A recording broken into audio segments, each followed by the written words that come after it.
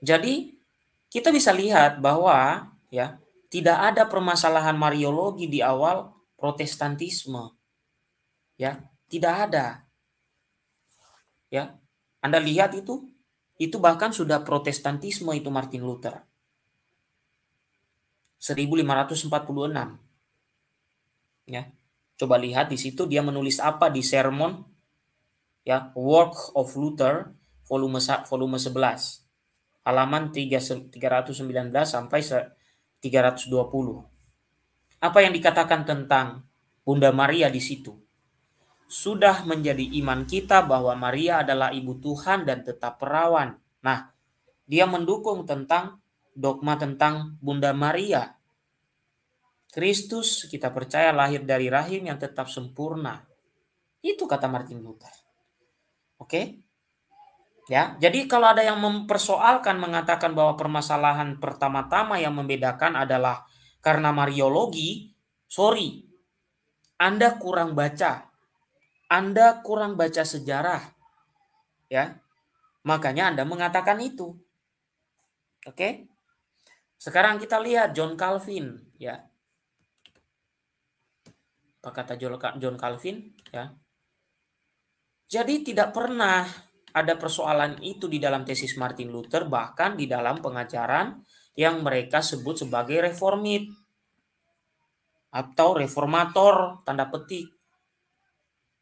Justru ini John Calvin itu melawan ajaran sesat pada abad keempat dalam salah satu tulisannya yaitu Sermon on Matthew, ya, yang dipublikasikan tahun 1562.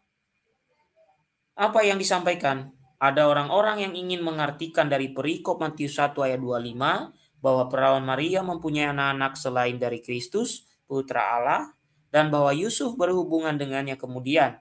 Tetapi betapa bodohnya pemikiran seperti ini, sebab penulis Injil tidak bermaksud merekam apa yang terjadi sesudahnya. Ia hanya mau menyampaikan dengan jelas hal ketaatan Yusuf dan untuk menyatakan bahwa Yusuf telah diyakinkan bahwa Tuhanlah yang mengirimkan malaikatnya kepada Maria. Yusuf tidak pernah berhubungan dengan Maria. Berhubungan di sini berhubungan badan ya Bapak Ibu. Ini kata John Calvin loh. Dan selanjutnya Tuhan kita Yesus Kristus dikatakan sebagai yang sulung. Hal ini bukan berarti bahwa ada anak yang kedua dan ketiga, tetapi karena penulis Injil ingin menyampaikan hak-hak yang lebih tinggi. Precedence, Alkitab menyebut hal sulung, firstborn, ada atau tidak anak yang kedua, ya, itu tidak berbicara tentang urutan. Begitu kira-kira kata John Calvin dalam Sermon on Matthew. Berkesinambungan dengan apa yang tertulis dalam tesis Martin Luther. Mereka tidak pernah menolak tentang dogma tentang Bunda Maria. Ya. Oke, ini masih selanjutan dari John Calvin. John Calvin justru mengutuk ajaran Helvidius, aliran sesat pada abad keempat. John Calvin bahkan mengecam Helvidius yang mengatakan bahwa Maria mempunyai banyak anak.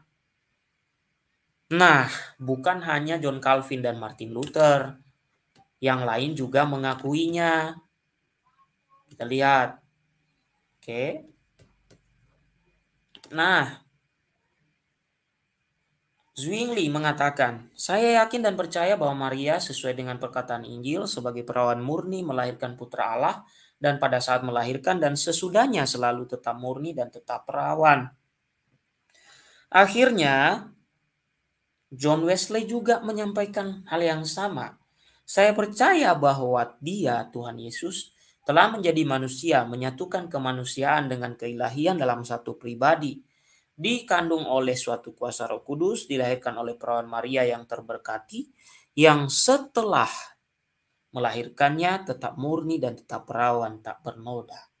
Itu pengajaran-pengajaran mereka tentang Bunda Maria. Maka di dalam tesis Martin Luther, di dalam pengajaran-pengajaran yang mereka sebut sebagai reformator itu, tidak ada sama sekali berbicara yang menolak tentang dogma api penyucian dan dogma Bunda Maria atau Mariologi. So, dari mana sumber yang mengatakan ada persoalan tentang ya dogma Mariologi ya dalam gereja Katolik yang mereka katakan itulah yang membedakan gereja Katolik dengan Protestan dan itu hal yang tidak bisa ditawar-tawar kata mereka. Ya itu kan karena alirannya baru muncul kemudian. Sementara Luther, Calvin, Zwingli, John Wesley, siapa-siapa yang lain itu tidak ada ya satupun dokumen mereka yang membuat pernyataan penolakan mereka terhadap Bunda Maria. Tidak ada satupun dokumen mereka yang membuat pernyataan penolakan terhadap purgatorium. Menjadi pertanyaan bagi kita adalah, kok bisa-bisanya ada informasi yang tersebar mengatakan itu yang menjadi masalah? Itu yang menjadi suatu pemisah. Padahal pendahulu yang mereka sebut reformator itu tidak pernah menolak tentang ajaran dogma atau Mariologi. Tidak pernah menolak tentang dogma api penyucian, purgatorium. Ya karena saya yakini Bapak Ibu ya, benar video-video yang tersebar bahwa Lutheran yang sebenar-benarnya itu 80% mirip dengan Katolik. Yang lainnya itu baru muncul kemudian yang membuat karangan-karangan, yang membuat penolakan-penolakan terhadap penghormatan terhadap Bunda Maria, ya. Itu baru muncul kemudian. Ya.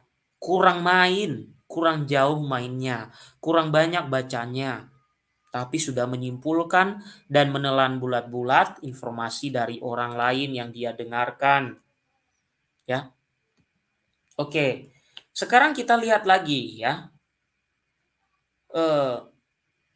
Apa yang diajarkan oleh Martin Luther bahkan setelah dia menjadi orang yang diekskomunikasi. Apa yang diajarkan tentang Bunda Maria? Ada nggak ya dalam pernyataan-pernyataannya itu dia menolak Bunda Maria, dia tidak mengakui Bunda Maria dan lain sebagainya? Ada nggak? Nggak ada Bapak Ibu. Coba lihat tulisan ini. Ini muncul setelah ekskomunikasi. Ya, setelah ekskomunikasi. Ya, in his sermon of August 15, ya, okay. The last time Martin Luther preached on the feast of the Assumption, okay, he state, ya, dia membuat statement, there can be no doubt that the Virgin Mary is in heaven. How it happened, we do not know. And on the Holy Spirit has told us nothing about it. We can make of it no articles of faith. It is enough to know that she lives in Christ. Dia tidak ada komentar penolakan tentang Bunda Maria. Ya. The veneration of Mary is inscribed in the very deep of the human heart. Bapak Ibu, penghormatan terhadap Bunda Maria adalah ya, merupakan permenungan yang terdalam dari hati manusia. Mungkin saya salah terjemahkan, tapi mungkin nanti Bapak Ibu cari kata-kata yang persis ya. Inscribed ya, inscribed. Oke, intinya dia mengatakan bahwa dia tidak menolak penghormatan tentang kepada Bunda Maria. Selanjutnya ya, tahun 1531. She is the higher woman and the noblest gem in Christianity after Christ. Ya. Dia adalah perempuan yang bernilai tinggi atau perempuan yang ya bisa imannya yang luar biasa, highest Ya, nggak bisa digambarkan kalau Heikes betapa luar biasanya ya Bapak Ibu. Dan kemudian dia adalah generasi pertama, orang penting pertama ya dalam kekristenan awal ya setelah masa Kristus. Jadi dia adalah orang Kristen perdana yang patut dicontoh ya. She is nobility, wisdom and holiness personified. We can never honor her enough. Still honor and praise must be given to her in such a way of injured neither Christ not the scripture ya not oke. Ya kita bisa lihat ya Bapak Ibu sampai-sampai ya di situ dikatakan bahwa dia adalah orang yang terdekat dengan Kristus dan ya kita tidak bisa menggantikan penghormatan Kristus kepada ibunya atau penghormatan kita kepada ibunya Bunda Maria tidak melebihi penghormatan Sang Kristus itu sendiri. Ya. Itu ya. Oke. Kita lihat lagi sedikit. Nah, ini Bapak Ibu ya. Betapa banyak hal yang ada itu menyinggung tentang penghormatan tentang Bunda Maria, penghormatan kepada Bunda Maria. Saya tidak baca semua ya. Oke. Kita bisa lihat di sini. Ya. Oke. Nah. Ya, oke Bapak Ibu ya.